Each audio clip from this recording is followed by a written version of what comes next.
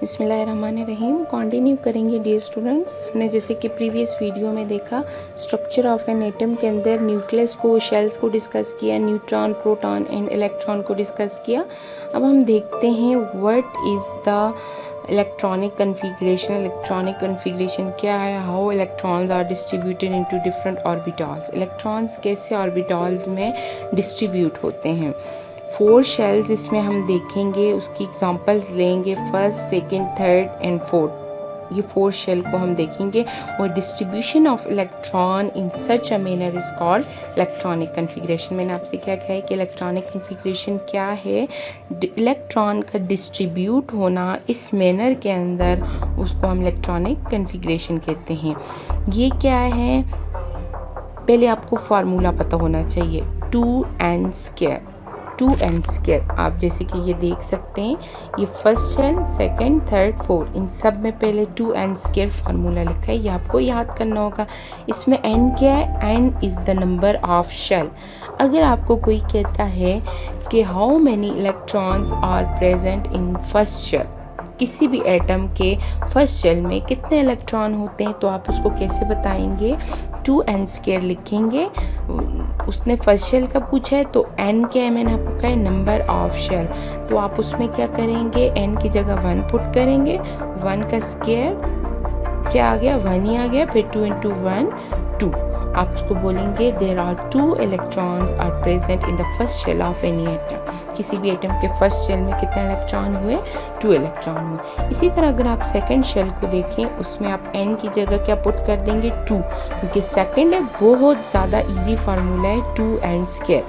n में सिर्फ आपने नंबर ऑफ शेल को इंटर करना है। अब 2 है तो मीन्स 2 का स्क्वायर आ गया 4, फिर 2 4s are 8। 8 क्या आ गया? सेकंड शेल के इलेक्ट्रॉन्स आ गए कि सेकंड शेल में हमेशा कितने इलेक्ट्रॉन होंगे? 8 इलेक्ट्रॉन होंगे। इसी तरह थर्ड शेल के अंदर आप 3 लिखेंगे। 3 का स्क्वायर क्या आता है? 3 3s are 9, ब्रैकेट में आ जाएगा 9, 2 9s are 18। ये आ गया थर्ड शेल। इसी तरह 4 शेल में क्या होगा? n की जगह आप पुट करेंगे 4। 4 का स्क्वायर आता है 16। 2 × 16 is equal to 32। Means 4 shell में कितने इलेक्ट्रॉन्स आएंगे? 32 इलेक्ट्रॉन्स आएंगे। किसी भी एटम के अंदर इलेक्ट्रॉन की डिस्ट्रीब्यूशन इस मैनर के साथ जब होती है तो उसको इलेक्ट्रॉनिक कन्फिग्रेशन कहा जाता है।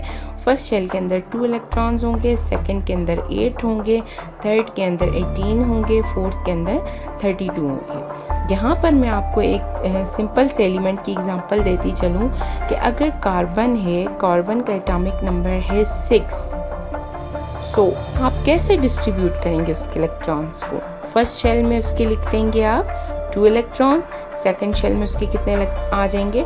4 इलेक्ट्रॉन्स। कभी भी फर्स्ट शेल में 2 से ज़्यादा इलेक्ट्रॉन्स नहीं आएंगे, 8 में उससे ज़्यादा, सेकंड में 8 इलेक्ट्रॉन से ज़्यादा नहीं आएंगे, थर्ड में 18 से ज़्यादा नहीं आएंगे और फोर्थ में 32 से ज़्यादा इलेक्ट्रॉन्स नहीं आएंगे। और जैसे मैंने कार्बन की एग्जांपल दी, फर्स्ट में उसके 2 फिल हो गए, अब सेकंड के लिए कितने बच गए? 4 बच गए। तो ये नहीं है कि आप 8 लिखेंगे, नो। इलेक्ट्रॉनिक कन्फिग्रेशन उसकी क्या होगी कि first shell of first shell जो है एटम का, कार्बन का, उसके अंदर क्या होगा? 2 electrons are present and in second shell there are 4 electron present in the carbon atom. इस तरह से इलेक्ट्रॉन्स की डिस्ट्रीब्यूशन होगी इन द मैनर।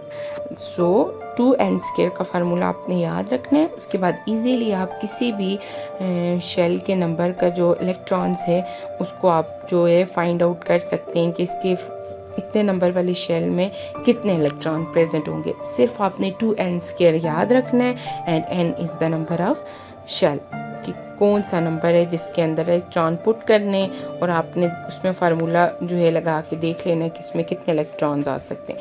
उतने या उससे कम आप उसके अंदर इंटर हो सकते हैं, उस 8 से ज़्यादा नहीं हो सकते। जिससे कार्बन के 4 ही बचे हैं तो ज़ाहिर आप खुद से 8 तो नहीं लिखेंगे, उसके 4 लिखेंगे कि वो मैक्सिमम 8 तक जाएगा, उससे ऊपर नहीं जाएगा। So dear student, I hope आपको structure of atom and electronic configuration की अच्छे से समझ आ गई होगी। Thank you. और कोई भी प्रॉब्लम हो तो आप मुझसे पूछ सकते हैं।